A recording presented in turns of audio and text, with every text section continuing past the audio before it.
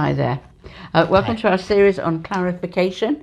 We're doing kind of hot potatoes at the moment. And this one, again, we're kind of drawing John out, not so much as the alcoholism that he's been through, but the professor of drink and drugs that he was, and kind of what was very much your specialist subject. And so the question I'm going to ask you is, alcoholism a disease? Perhaps you could just explain where people sit with that one.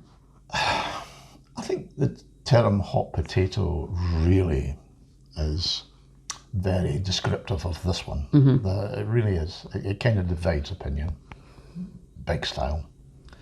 I think if I could just do a wee bit of history here, you know, if we go way back, the idea of a disease started roughly about sometime in the 18th century.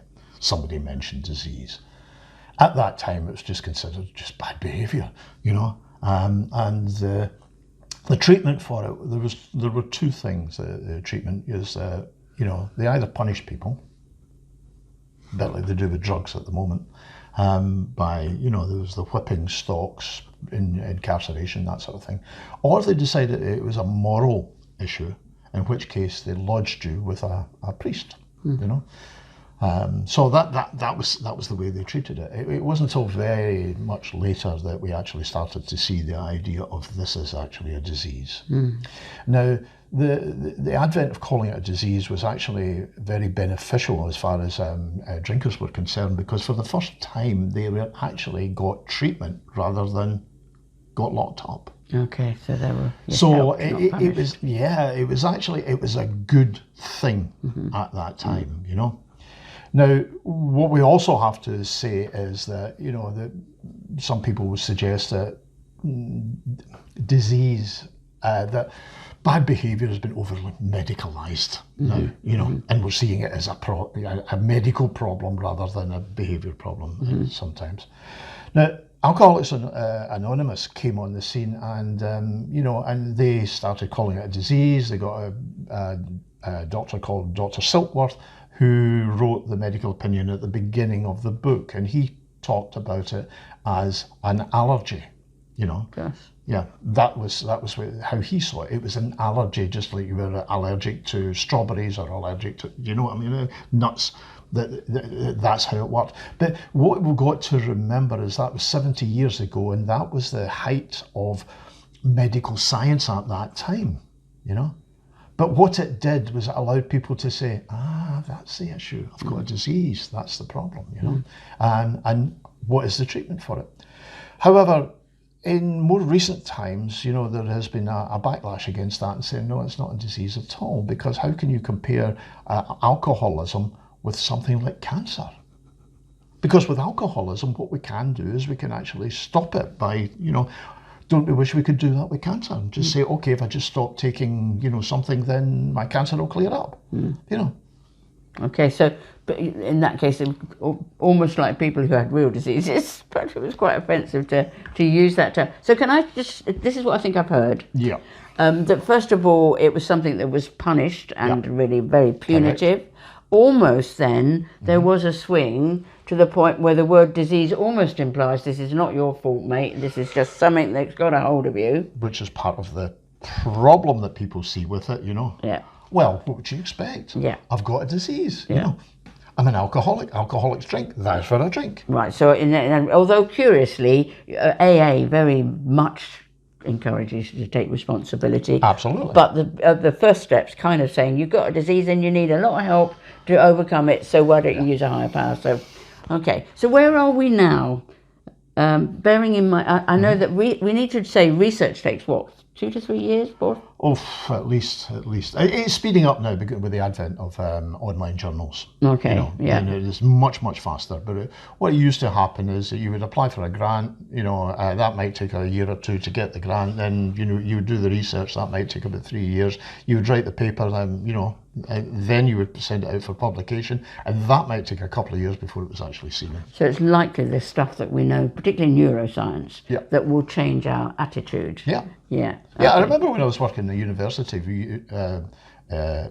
the new drug, like crack cocaine or MDMA, ecstasy would come out, and the newspapers would phone up and say, well, what's the latest research in this? And we're going, it came out yesterday. Yeah. We don't know anything, and we won't know for a few years.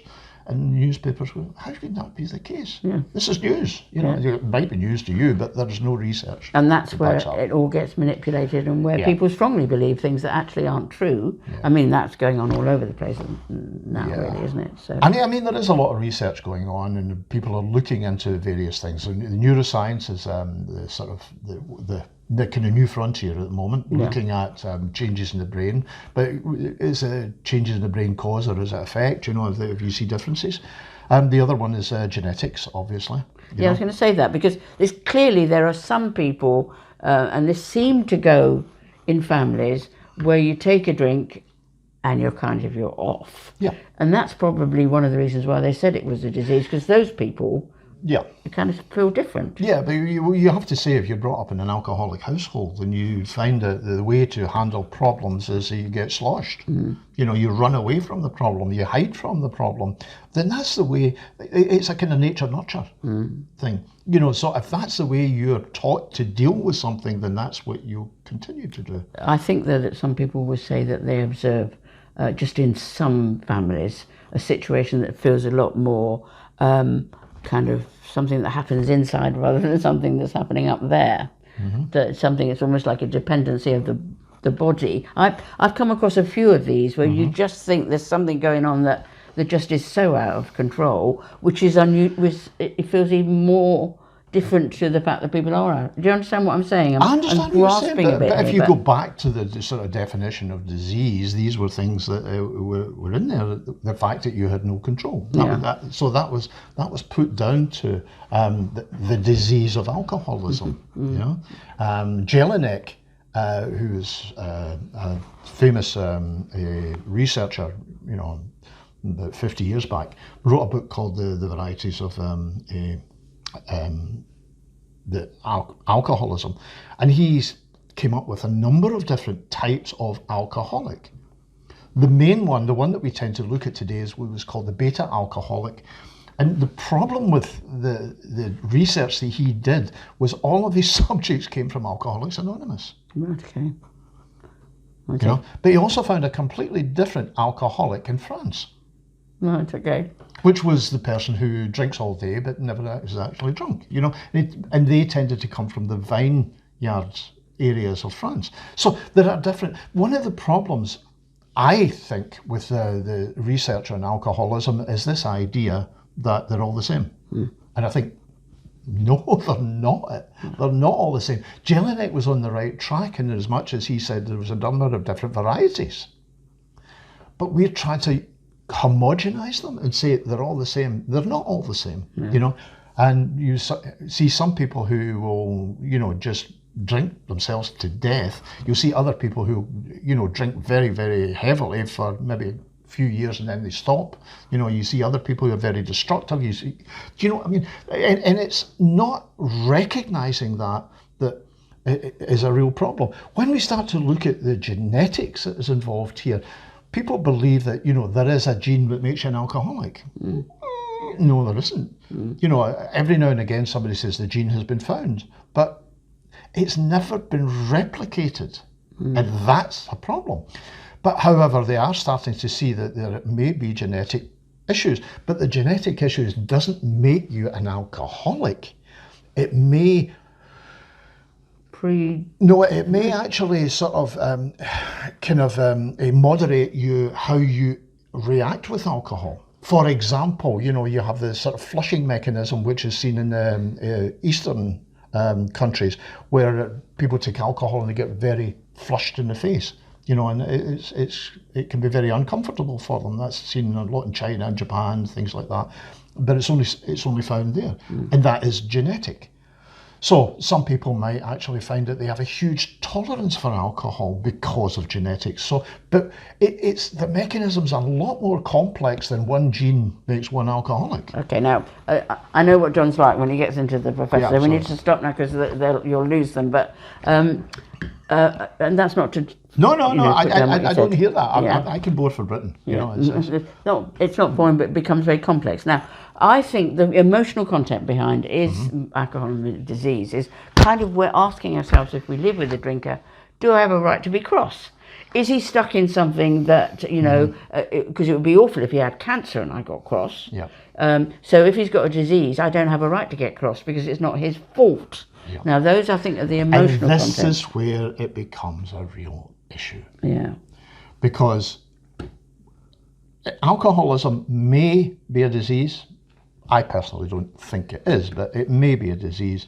But there is a definite cure for it, or a definite way to go into remission. Okay. And that's to stop drinking. Yeah. And then it becomes behavioural.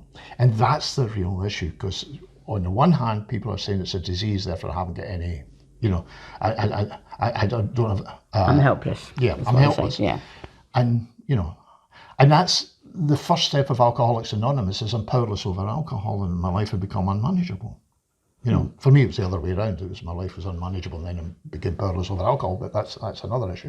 But it's this idea that you could totally powerless, but people can do stop drinking, and that is where the kind of disease concept is very, very woolly. Yeah. Very, very woolly. Okay, so if you're just in layman's term, if you're asking this question, if you're interested in this question, it comes down to, with diseases, some of them are incurable. Alcoholism, quote, is not a disease that is incurable, and it is something that the person who's drinking has an impact on. It's not something that's done to him, it's something he can do. Yeah. Whereas with diseases, often you treat the disease and the person just sits there passively and lets you do it, don't they? If you go deeper into the book of Alcoholics Anonymous, it talks about the powerlessness. The powerlessness happens when you take a drink, but you have the power when you're not drinking. Okay. You have the power to choose whether to pick up a drink or not pick up a drink. Disease has actually, it's divided the field for a long, long time. There's been a lot of research on the other side of it. Can people control drinking, etc.? And what you're finding is that this powerlessness, this helplessness, actually doesn't happen. The fact whether the drinking progresses, whether you're drinking or not drinking, is up for debate. The genetic thing is a complex issue. To find just a simplistic. Solution or solution explanation it doesn't work. Okay. So again, getting back to layman's, this is something that has divided people. It's something that the jury's still out completely on where we're going to get to when we start adding the neuroscience to what we've observed. One way in which it is a little bit like a disease is like if you get cancer, you can get a mole that gets cut off and it's, there's no problem at all. And then you can get cancer that really is devastatingly destructive. And I think there is that parallel with drinking. You can get drinkers where it's devastatingly destructive, and you can get people that realise they're that's drinking too much wine and they draw it back and do something about it. And you will, in this website, have all of those different things. Yeah. Can it be helped? Yes. Absolutely, it can be helped. Is your partner helpless? No. No. Well, to finish off, I went to a conference one time and there were two very, very eminent psychologists sitting across the table from each other. And one of them said, you and I have read the same papers, attended the same conferences, and we've been doing research for years. You believe it's a disease. I don't believe it's a disease, and yet we're looking at the same stuff. Very interesting. Yeah. And it's about the word zeitgeist. It's your view of the world. If it fits in, then it's helpful. So should people be sitting in Alcoholics Anonymous saying, I'm an alcoholic, and, if it helps, do it. A couple of other eminent psychologists who invented or came up with the idea of a way of counselling, motivational interviewing, they called it, and they said it doesn't matter whether people believe it's a disease or don't believe it's a disease. It doesn't matter whether they believe they're an alcoholic or don't believe they're an alcoholic. It's how they move forward, how they address that Yeah. question. So if you really think your partner is, Yeah. and you found a way through this situation by using that term, keep it. Yeah. If you don't want that to be, and you want to find a way through without using the term, do that. Because what matters is how can we stop this happening, and what's the best way forward in that? What you'll get is people who will say, you know, I won't give up unless I'm an alcoholic. Fine, if you're an alcoholic, do it. And you'll get other people who are happy to use I see a problem. And you don't, it used to be the fact that you had, treatment used to be based on getting people to admit they were an alcoholic before they changed. And now that's not the case at all. You don't have to admit that, but what you do need to recognise is a problem. And you can say, if you talk to someone about it, that you've listened to a professor of drink and drugs who himself says it's a very complex issue to actually say very clearly, is alcoholic a disease or not? You can quote it, you heard it here. So that might be helpful even in the way that you process that and how you speak about it to yourself and other people. So I think it's been a very layered kind of conversation here, but I think that in itself shows how difficult it is to answer that question. Well, let's put it this way. I used to teach this at university, and the actual lecture probably was best part of about 5 hours. Really? Split over a couple of days. Really? So this is a kind of very truncated version of it. You know. Okay, so thank you for listening. I hope we haven't lost half of you on the way, but if we have, we quite understand. Yeah, waking up. Yes, you can wake up now. Yeah, we're finished. Okay. Thank you for listening, and we hope in some ways been helpful. Bye-bye. Bye.